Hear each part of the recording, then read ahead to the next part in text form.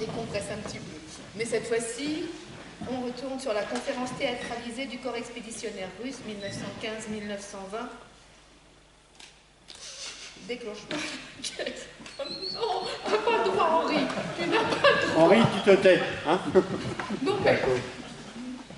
Non. À la veille de 1914, les tensions sont nombreuses en Europe. Il y a les rivalités économiques entre le Royaume-Uni et l'Allemagne, les rivalités territoriales entre l'Allemagne et la France, qui n'a pas renoncé à l'Alsace-Lorraine, devenue allemande en 1871. Les rivalités entre l'Autriche-Hongrie et la Russie à propos des Balkans. Les rivalités coloniales, enfin, entre la France et l'Allemagne, qui évitent 2 fois la guerre à propos du Maroc. Le 1er août 1914, l'Allemagne déclare la guerre à la Russie. Le 3 août, l'Allemagne déclare la guerre à la France. Le 4 août, le Royaume-Uni déclare la guerre à l'Allemagne. Août-septembre 1914, les premières batailles en France sont des hécatombes. 85 000 morts en août, 101 000 morts en septembre. Le 22 août 1914, avec 21 072 morts, a été pour les soldats français la journée la plus meurtrière de ces premiers mois. Fin 1915, la France a déjà fait appel à ses colonies. 600 000 combattants venus d'Afrique, d'Océanie, d'Asie, de la Caraïbe, mais cela ne suffit plus. Alors, un plan est élaboré par l'Angleterre et accepté par la France, demandé à l'allié russe des troupes fraîches pour le front français. L'armée russe en 1915, c'est 4,5 millions d'hommes mobilisés sur un potentiel de 17 millions d'hommes de 18 à 35 ans mobilisables. C'est sur ces 4 millions d'hommes mobilisés, tous ne sont pas en état de combattre. Parfois, dans certains régiments, ils attendent que le copain se soit fait tuer pour récupérer son fusil. Le tsar et son armée avaient donc le problème majeur suivant. Sur le plan humain, si l'on peut utiliser ce mot en cette circonstance, il y avait une capacité énorme de millions d'hommes mobilisables, mais sur le plan de l'armement, il y avait une déficience notoire. Il y eut alors l'idée des gouvernements de la France et de l'Angleterre de faire appel à ce réservoir d'hommes qui existait en Russie et qui était inutilisé en échange de livraison d'armes. C'est en 1915 que les choses vont se concrétiser avec de réels pourparlers entre les deux pays sur cette question d'échange armes contre soldats.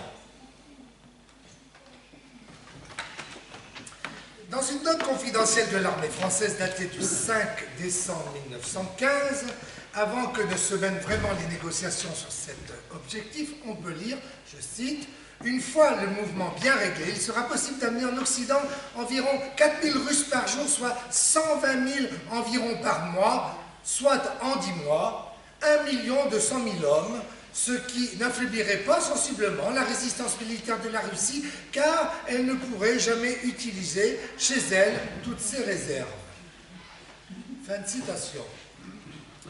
Il n'y a eu que 4 brigades de 10 000 hommes, chacune, qui ont été envoyées.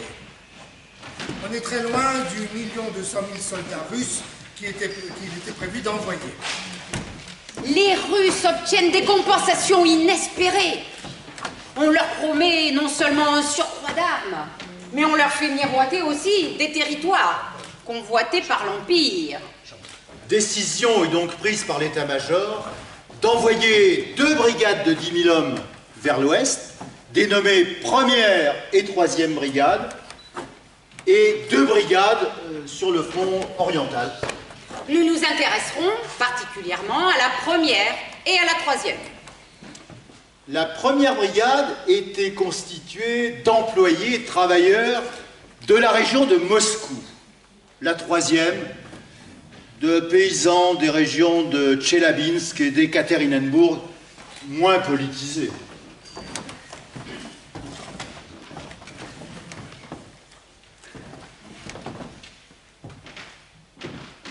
Après cette sélection, la première brigade va partir pour un voyage très long qui va amener ses soldats en France. Ils partent de Moscou début 1916, traversent toute la Russie en train jusqu'à Dairen en Mandchourie. Ils mettent 23 jours de train dans des teplouchkas, quasiment des wagons à bestiaux, 40 par wagon avec 8 chevaux, un poêle au milieu, dehors. Il fait moins 30, moins 40. On ne peut pas ouvrir les wagons, donc certains soldats vont être fortement intoxiqués au cours de ce périple. Les officiers, quant à eux, vous pouvez l'imaginer, n'ont pas voyagé dans les mêmes conditions que les soldats, mais dans des wagons Pullman, très confortables. Georges Zerwotine, soldat du 1er régiment de la 1re brigade, témoigne. Au cours de cette traversée, les soldats ont souffert. Froid extrême, chaleur torride, des conditions d'hygiène épouvantables, une discipline de fer avec des châtiments corporels à la clé.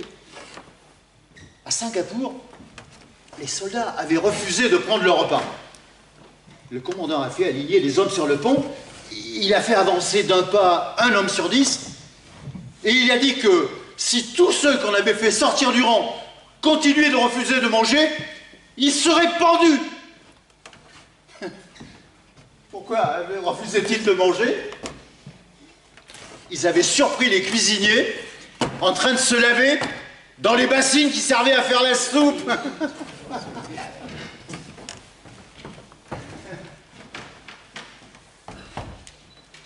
Concernant le débarquement à Marseille de la 1re brigade, Rodion Malinowski, artilleur, qui deviendra ministre de la Défense de l'Union soviétique de 1957 à 1967, témoigne.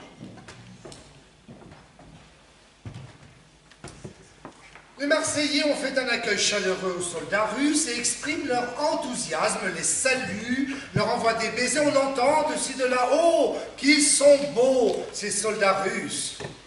Courte pause, repos, on peut fumer, les adjudants-chefs transmettent les ordres des officiers qui sont littéralement noyés dans la foule bigarrée des Marseillaises. Elles sont nombreuses, les hommes beaucoup moins, ils sont au front. En une minute, la foule s'était mêlée aux soldats russes, offrait des cigarettes, du chocolat, des gâteaux. On apporta des seaux et des cruches de vin et de cidre. Les soldats étanchent leur soif et un peu plus loin, même les Françaises enlacent de leurs bras tendres les solides coups des soldats. Les baisers claquent, les soldats sont un peu perdus, mais s'ils répondent aux baisers, c'est ainsi qu'accompagné par la population en délire, le régiment arriva au camp qui se trouve près de Marseille, le camp Mirabeau, entouré d'un mur de pierre et de massifs portes en fer. 2 jours après leur débarquement à Marseille, les soldats de la 1re brigade vont prendre le train pour Mailly-le-Camp, qui se trouve entre Châlons-en-Champagne et Reims.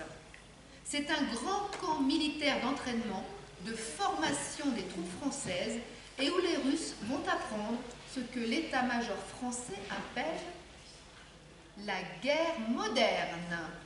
Les soldats russes vont recevoir une instruction militaire au camp de Mailly, une instruction qui va durer 2 mois.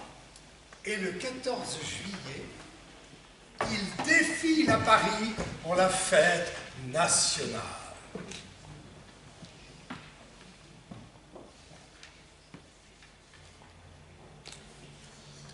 Ces troupes russes qui ont été formées, entraînées, vont se retrouver rapidement sur le front, dans les tranchées, à côté des régiments français. En juillet, la 1re brigade est envoyée sur le front pour tenir le secteur d'Auberive.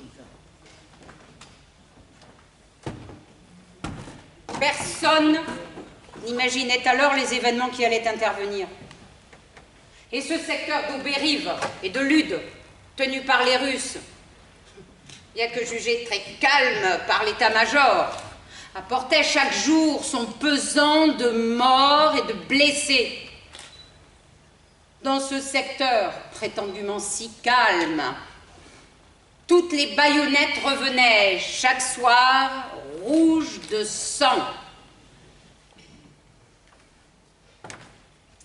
Quand au mois d'août 1916, la 3e brigade est arrivée de Brest à Marseille, il y a eu des échauffourées entre un officier, le lieutenant-colonel Croze, et des hommes de cette 3e brigade.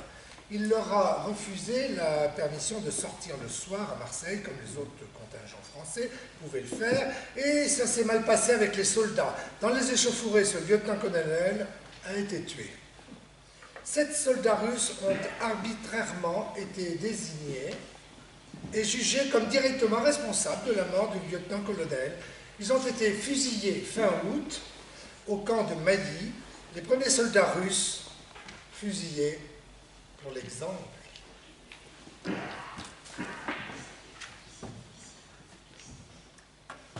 Février 1917, c'est la 2e révolution russe. Sur cette diapo, on voit des ouvrières de Pétrograd qui manifestent pour le pain et aussi pour la paix. On est en février 1917 en Russie, dans une situation de quasi-famine. Il y a le rationnement. Il faut faire la queue dès 4 heures du matin pour essayer de trouver un peu de pain à manger. Il y a cette manifestation des ouvrières.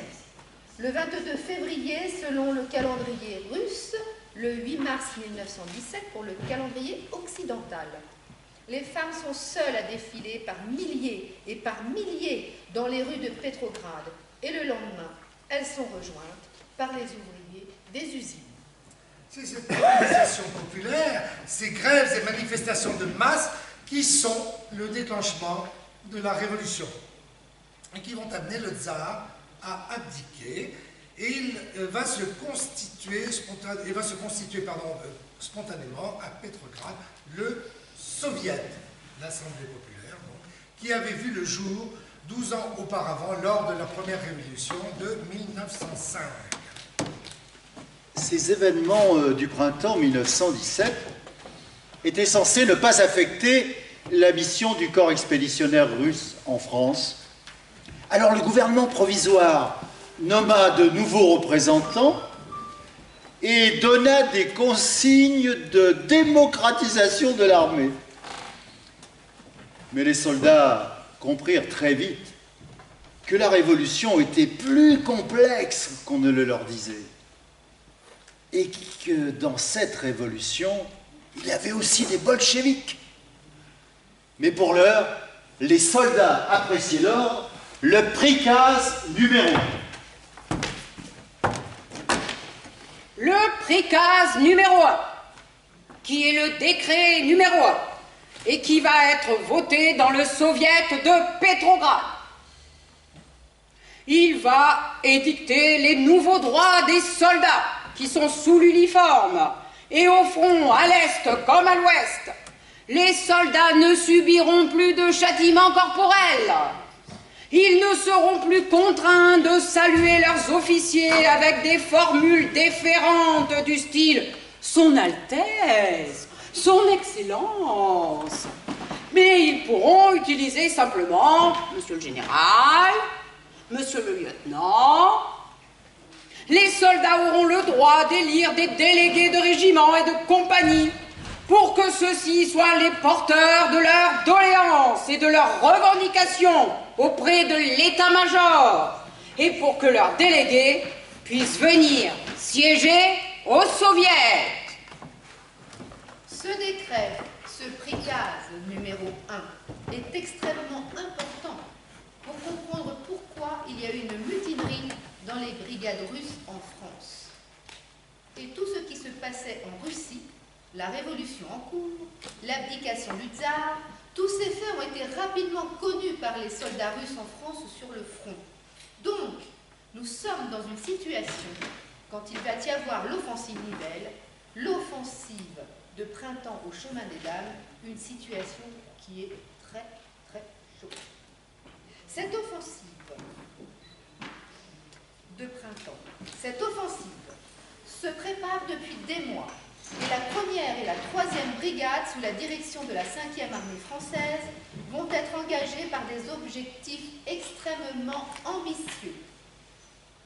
Pour la 1re brigade, il s'agit de prendre le village de Courcy, occupé par les Allemands depuis septembre 1914, et le fort stratégique de Brimont, alors Courcy, Brimont, et pour la 3e brigade de prendre possession de la côte 108 et de la zone de communication de Berry-au-Bac. Berry-au-Bac.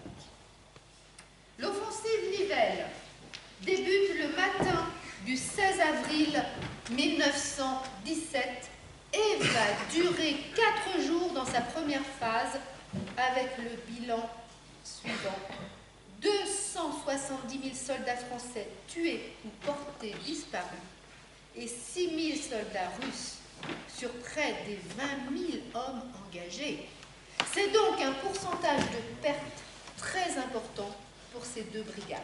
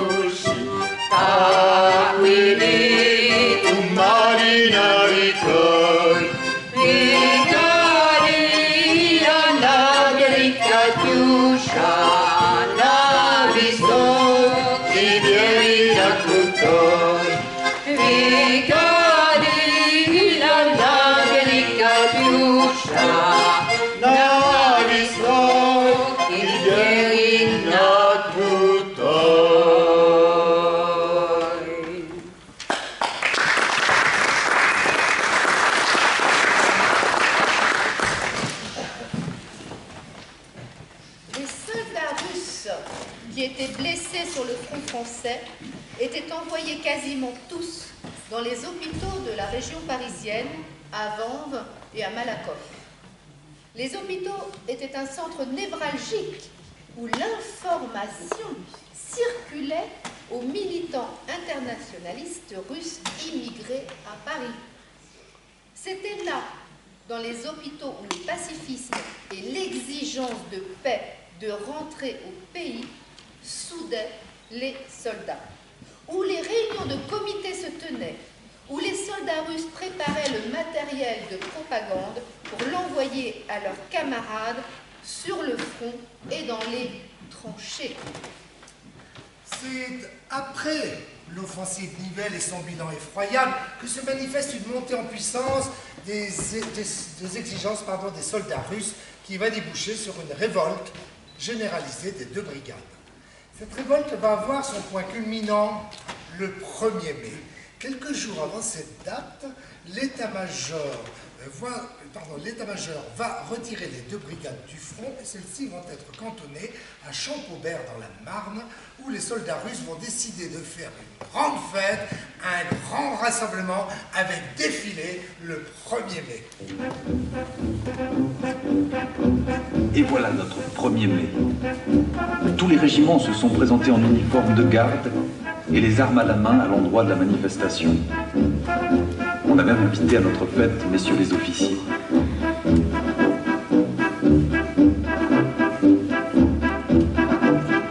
Quand tous nous eurent rejoints, Ossouraïev, orateur délégué, nous fit un discours enflammé.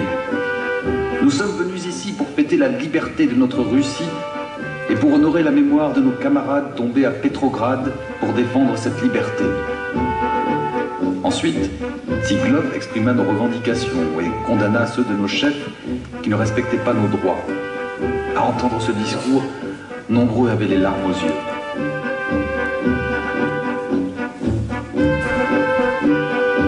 Karpov, délégué de notre compagnie, réclama que l'on n'oublie pas les camarades morts au combat et ceux de Marseille qui avaient été arbitrairement fusillés au camp de Mailly.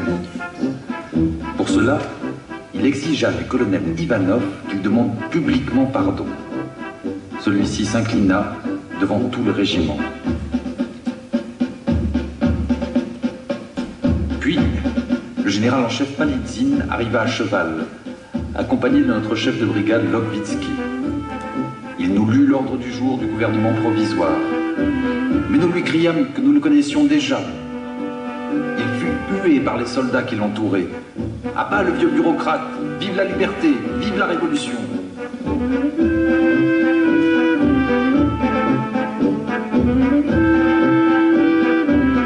Notre fête se poursuivit et chacun donna son avis.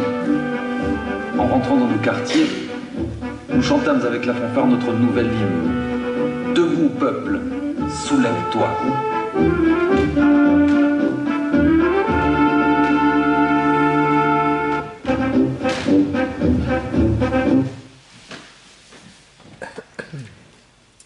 Les soldats français savaient-ils que les soldats russes se mutinaient, qu'ils avaient des délégués, des comités, qu'ils refusaient de combattre, qu'ils demandaient à rentrer chez eux? Un témoignage important est celui de Louis Barthas dans ses carnets. Les carnets de guerre de Louis Barthas, Tonnelier, 1914-1918.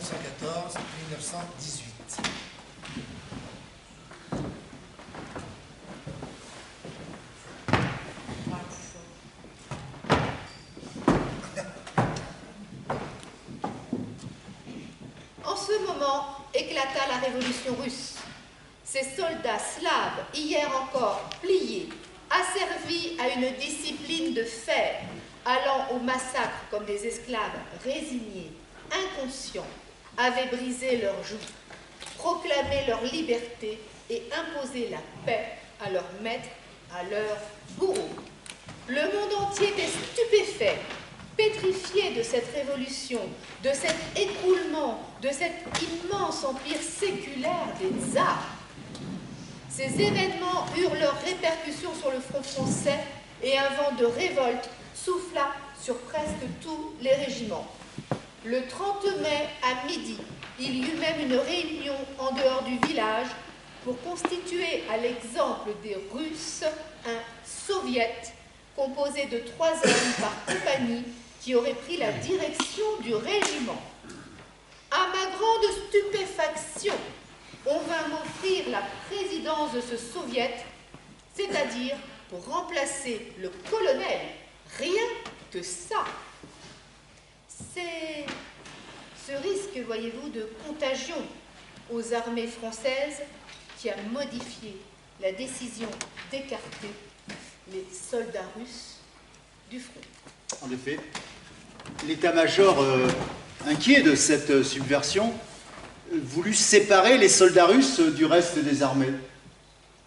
Mais l'isolement ne résolut rien. Les soldats répartis dans plusieurs camps contestaient les ordres des officiers russes, à qui ils ne faisaient plus confiance, et qu'ils s'assimilaient à l'ancien régime. C'est ce qui amena, début juin, à la décision du transfert des brigades russes, loin du front, ici, dans le centre de la France, en Creuse, à la Courtine. Le camp militaire de la Courtine est important avec ses 6000 hectares. Il existe depuis 1904. Pour accueillir les soldats russes, on va le vider, puisque le deuxième région militaire couvrant Limoges, Brive, etc., s'en servait comme camp d'entraînement des forces françaises, mais aussi de centre d'internement de prisonniers allemands. Et c'est ainsi que la première brigade va arriver à la Courtine le 26 juin 1917. On voit ici sur la photo des soldats russes qui descendent du train en gare de la Courtine avec leurs banderoles. Ils vont rejoindre le cantonnement qui a été prévu pour eux. Le soldat en tunique blanche avec la canne, c'est Baltaïs, le président du Soviet à ce moment-là.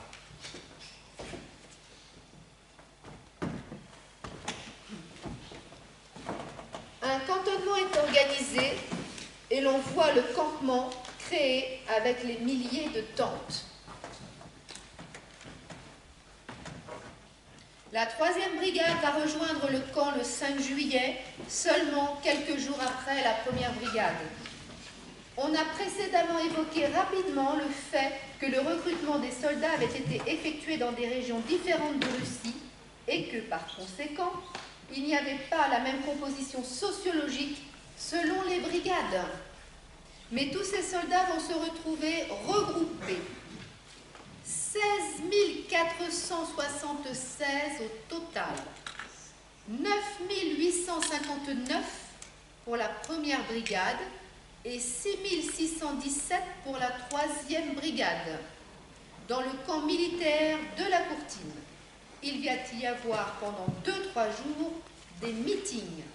Les mutins de la 1re brigade cherchant à gagner à leurs idées ceux qui sont moins révoltés pour leur dire « Révoltez-vous, faites comme nous, chassez vos officiers, chassez vos généraux, exigeons ensemble de rentrer en Russie. » Tant et si bien que le général Lobkvitsky, qui dirige la 3e brigade, fait sortir tous ces hommes du camp de la Courtine pour les amener un peu plus loin. Vous connaissez? À Felletin, à 25 km de la Courtine, pour éviter qu'ils soient complètement contaminés par ceux de la 1re brigade. Concernant l'arrivée et la vie à la Courtine, il y a des témoignages dans un film documentaire de France 3 qui date de 1977, où l'on voit des habitants qui ont vécu la présence des Russes en 1917, ou dont les parents leur ont transmis des témoignages. Regardez. Il y a couru des bruits qu'ils venaient du camp de Magui et qu'ils avaient saccagé là-bas, qu'ils avaient fait du bruit. Alors la plupart des commerçants ont décidé de fermer et les gendarmes passaient même. Ils nous ont dit d'enlever les rideaux aux fenêtres, qu'ils ne rentreraient pas s'il y avait des bagarres ou quelque chose. Ma mère avait une jeune servante là, de la campagne là, qui était très courageuse. Elle a dit « Fais comme tu voudras, moi je veux rester ouvert parce que si tout le monde ferme, et ils se mettront plutôt en colère s'ils voient que tout le monde est fermé. » Alors elle a dit « Moi je reste avec vous. » Elle est restée et en effet, le premier jour qu'ils sont sortis, le soir, l'après-midi, là, on devait couvrir à 5 heures. Alors l'après-midi, là, toute l'après-midi, on les voyait se promener, il y en avait des troupes, là. Alors ils ont vu le restaurant, là, il y en avait la pleine cour, c'était un peu plus loin. Alors on a dit, on va bien voir comment que ça va faire. Quand ma mère a dit, on va bien voir comment que ça va faire, quand on va ouvrir. Enfin, ils sont rentrés, ils ont commandé à boire, ils ont bu, on les faisait payer en servant, comme on faisait avec les militaires. Il n'y a pas eu d'histoire. Après, au moment de partir, elle a dit, c'est là maintenant comment que ça va faire. Et comme on parlait, ils ne parlaient pas le français, la plupart, alors elle leur faisait signe, finir leur verre, et puis que c'était l'heure de fermer la maison. D'accord, d'accord, ils ont dit, ils ont tous fermé, bu leur verre, et puis ils sont partis. Et puis il n'y a eu aucun problème. Il n'y a eu aucun problème, et ça a duré 3 ou 4 jours, mais après toutes les enseignes sont revenues, et après ils avaient assez de café à la Courtine pour se distraire.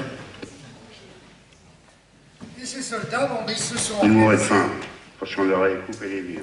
Ils se sont Ils organisés. tuaient leurs chevaux, ils mangeaient de tout ce qu'ils pouvaient. Ils passaient dans les fermes, ils vendaient leurs affaires pour faire un temps, quoi. Est-ce que la population leur venait en aide? Oh, un petit peu quand même, un petit peu. Parce qu'ils vendaient tout ce qu'ils avaient sur eux pour arriver à vivre. Ils n'avaient plus rien. Moi, je peux dire une chose, qu'il n'était pas bien terrible. Il n'était pas bien terrible. C'était plutôt des gens affamés, quoi. Et qui étaient malheureux. C'était beau, mais ils faisaient rien. Ils étaient oisifs, là. Oh, mais c'est affreux, c'est pour ça, moi, ça me révoltait. Vous savez, c'est une injustice, ça. Et vous savez, voilà ce que je leur ai dit, moi, à ces messieurs, aux Russes. Je leur ai dit, mais pourquoi vous avez lâché en pleine guerre comme ça? Il y avait une raison. Pourquoi avez-vous lâché? Alors, ils m'ont dit, bien voilà, nous avons été trahis par nos chefs. Nous n'avions rien pour nous défendre. Ils nous disaient, nous, même chose, madame. Rien que notre poitrine pour nous défendre. Rien, pas de... Alors, au front, on recevait du ravitaillement, mais ils n'avaient rien pour se battre. Alors, quand ils ont vu ça, ils ont dit, eh bien, vous avez en France de grands chefs qui sont vraiment bien, qu'on nous donne des chefs français et nous continuerons la guerre, nous irons avec les chefs français. Il a couru des bruits que... Ces soldats donc se sont organisés dans le camp, ils discutaient beaucoup, les réunions étaient incessantes. Mais il y avait aussi autre chose. Ils avaient un orchestre symphonique, oui, qui a été à un moment dirigé par le compositeur français Paul Leflemme, qui était un de leurs interprètes.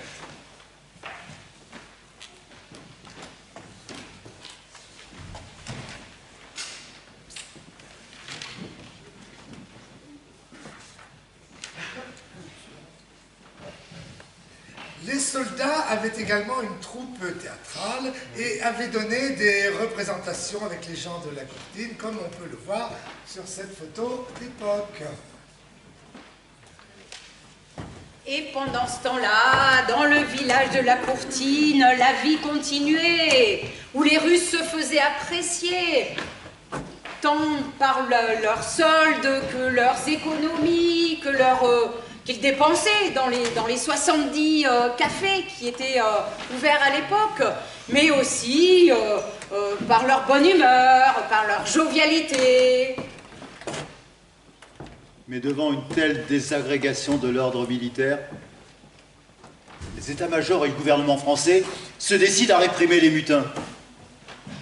Le général Zankiewicz fait appel à 2500 soldats de la 3e brigade, parqués au camp du Cournou en Gironde et triés sur le volet.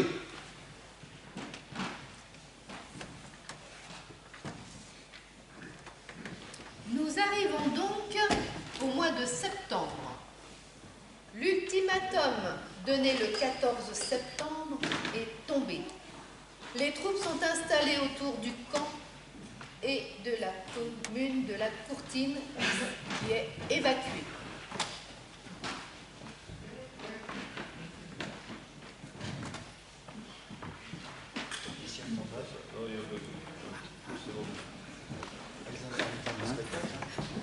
Chez nous, nous avions un état-major.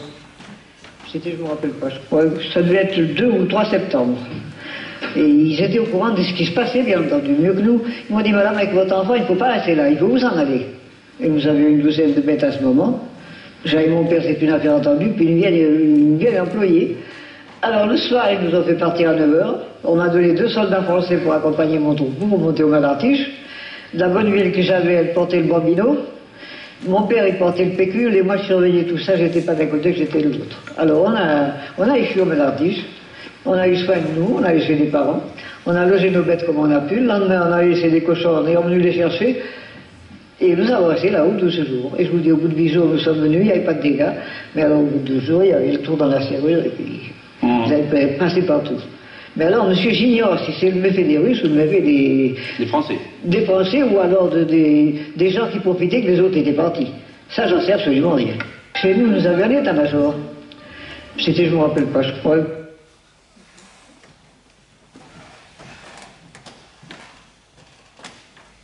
16 septembre au matin, juste avant l'assaut.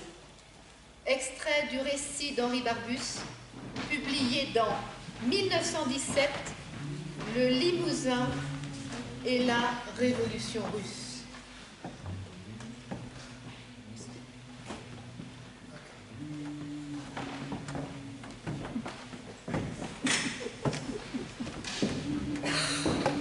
La foule des soldats est hérissée de drapeaux rouges lorsqu'ils sont venus en cortège au lieu de réunion.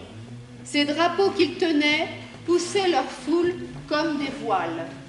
Les orateurs crient en plein air et finissent tous leur discours de la même façon.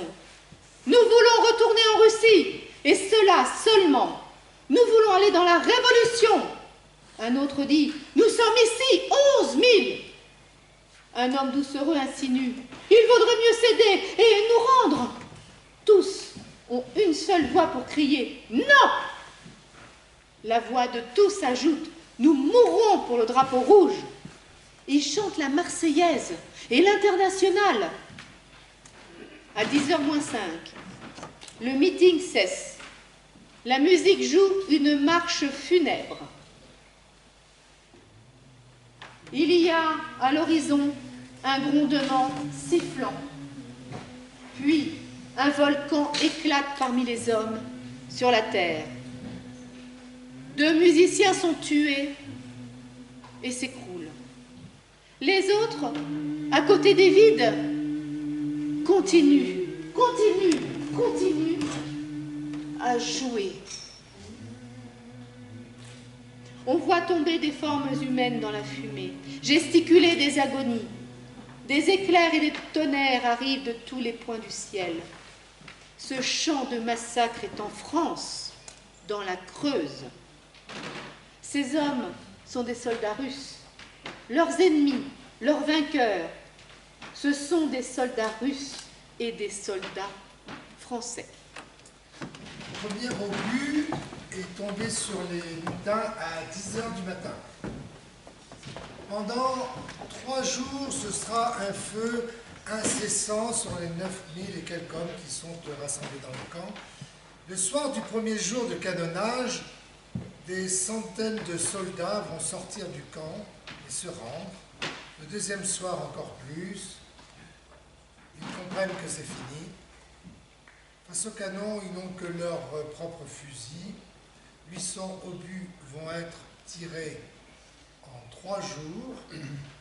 Et le 19 septembre au matin, les derniers soldats se rendent autour de Globa et des responsables du Soviet réfugiés dans le mess des officiers. Avant cette ultime reddition, va se dérouler une bataille rangée où la reddition ne sera obtenue qu'après un furieux corps à corps de plusieurs heures. Ce sera donc une répression sauvage et sanglante dont le général Combi, quelques jours après, lorsqu'il écrit son rapport officiel, dira qu'elle a abouti à 9 morts et 46 blessés. Alors que 800 obus ont été tirés et que de nombreux bâtiments se sont éventrés. Et toi, Dimitri, qui étais présent lors de cette répression, qu'est-ce que tu en dis?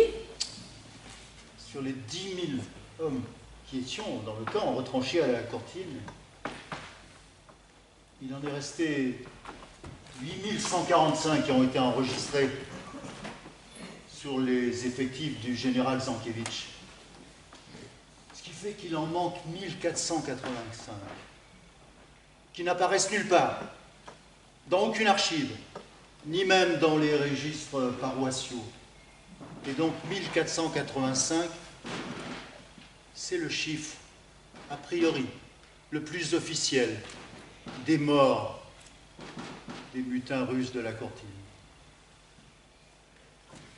Oui, parce que d'un côté, 9 morts, de l'autre, 1485, voire plus. La difficulté pour l'établissement précis du bilan est réelle. La seule chose que l'on sache précisément, c'est qu'ils sont arrivés à 16 476, les 2 brigades réunies, à la Courtine. On arrive donc à un total général de 15 630 soldats répertoriés après la répression, soit 16 476 moins 15 630, il en manquerait donc 846. Plusieurs centaines de prisonniers sont envoyés au camp militaire du Cournot, en Gironde.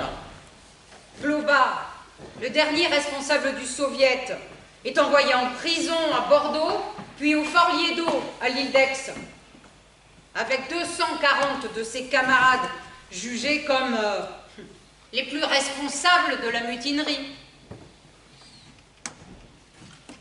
Après la répression de la mutinerie, le fossé se creusa encore plus entre ceux de la 1re brigade et ceux de la 3e brigade. C'est un précipice profond qui sépare les 2 camps. Les correspondances échangées en témoignent. Les événements de septembre 1917 y apparaissent comme une tâche sanglante et honteuse qui sera très longue à effacer des mémoires. L'armée française proposa aux soldats russes d'intégrer sous uniforme français une unité combattante pour continuer la guerre, sans soviet cette fois. C'est la Légion russe, dite Légion de l'honneur, créée par Clémenceau. La France soutenait les Blancs contre les Rouges. Plusieurs centaines acceptèrent. Parmi eux, Malinowski, futur ministre de la guerre de Khrouchtchev. Les compagnies de travailleurs.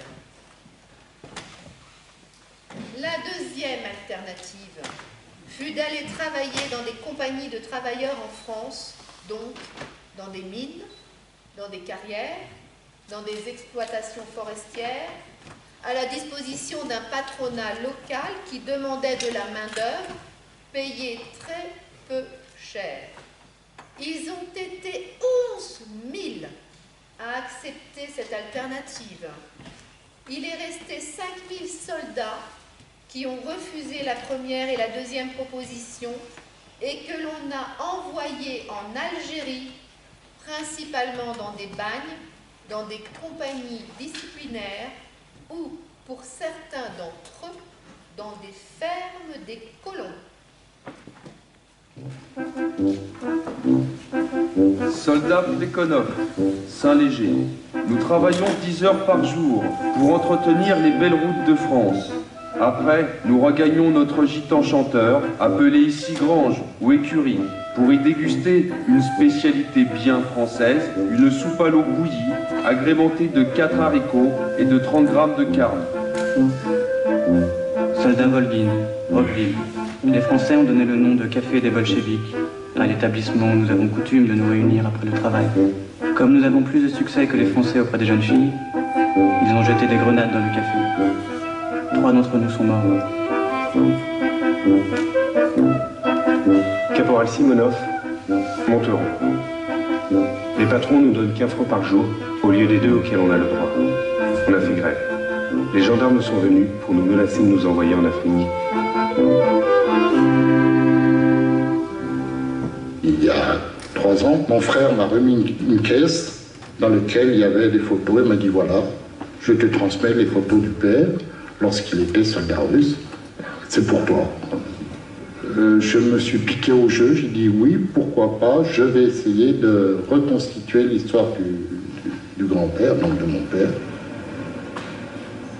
Mon père est originaire de Vladimir et après il a déménagé sur Moscou où il a fait toutes ses études là-bas. C'était un interprète d'encadrement et vraisemblablement du 1er régiment, la 1re brigade, puisqu'il a été recruté sur Moscou Alors, fin novembre 17, lui s'est trouvé parachuté avec une vingtaine de ses compatriotes à Champagnole dans le Jura.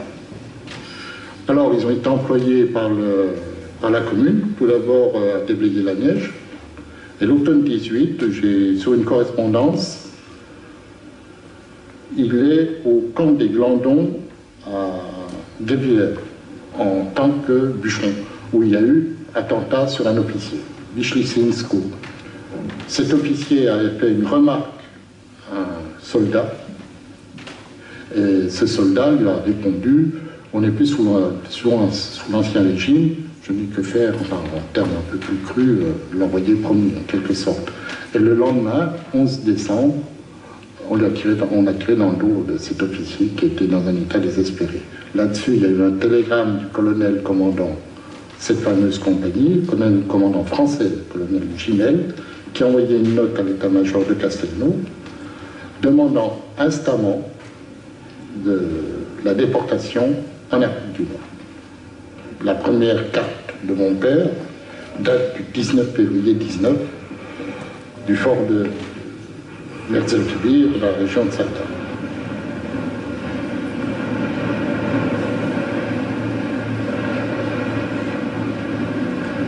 Alors là, ils y sont restés quelque temps, et après, ils ont été répartis chez les colons.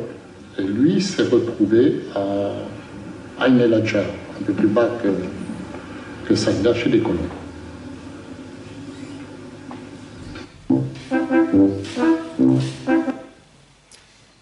En octobre, en Russie, la révolution vient porter les bolcheviks au pouvoir, mais la France refuse de transférer les ex-soldats en Russie. On se retrouve donc avec 5000 soldats russes en Algérie, 11 000 dans les compagnies de travail en France. Les 2 brigades qui vont arriver démobilisées de Salonique à partir de 1918 seront envoyées directement, pour la plupart d'entre elles, en Algérie. Ils vont donc se retrouver à 12 000 en Algérie, dans des conditions d'enfermement et de répression terribles.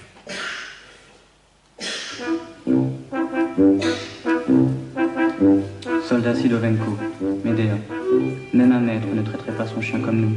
En fait, les Français en Algérie nous considèrent comme les habitants de ce pays qui sont partis se battre à leur place.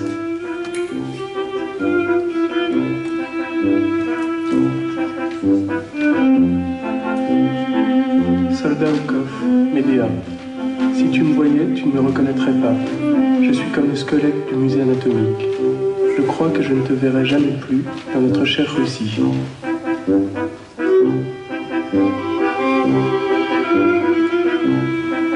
Sergent Kondrevine, Médéa.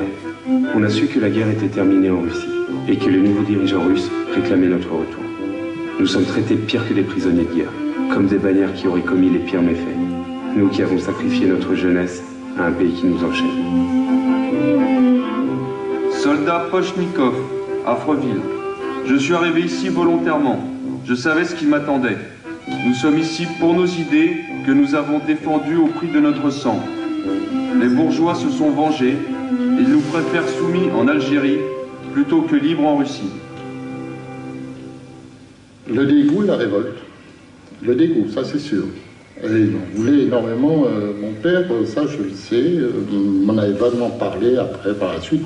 On a voulu longtemps au gouvernement français de l'époque. Hein. Par la suite, il sera démobilisé et rapatrié en France sur les instances de sa future belle-mère et avec la promesse d'un emploi sur Champagnole. Il s'est marié le 11 décembre 19.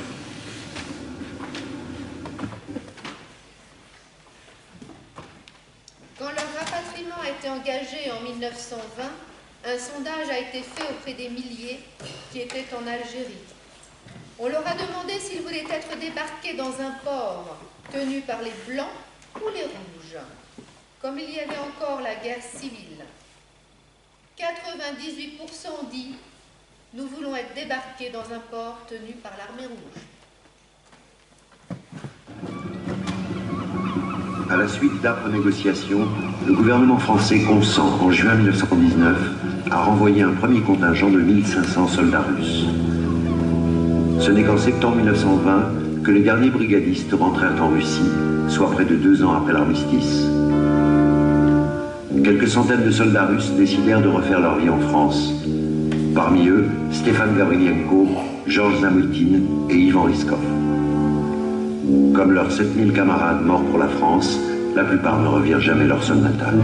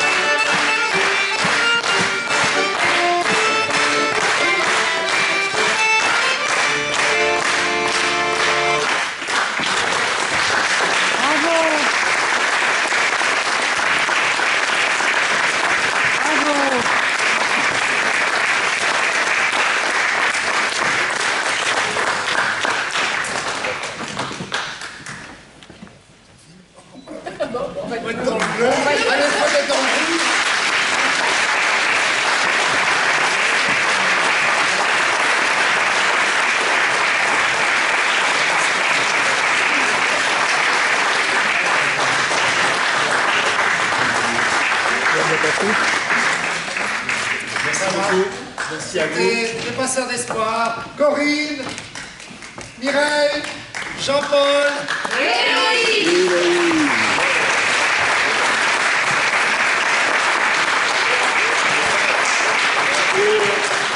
Technicien hors pair que vous allez pouvoir, Henri. Nous vous signalons que demain soir, pour clore définitivement, malheureusement, ces 4 journées Histoire et Paix, la troupe Les Mutins de la Courtine, pas nous, mais d'autres, se produisent à Brive dans le cadre du festival Festea, nous deux, oui. Mais sur 8, on n'est que 2 sur 8. Voilà, demain soir à Brive à 15h. À 15h. Voilà.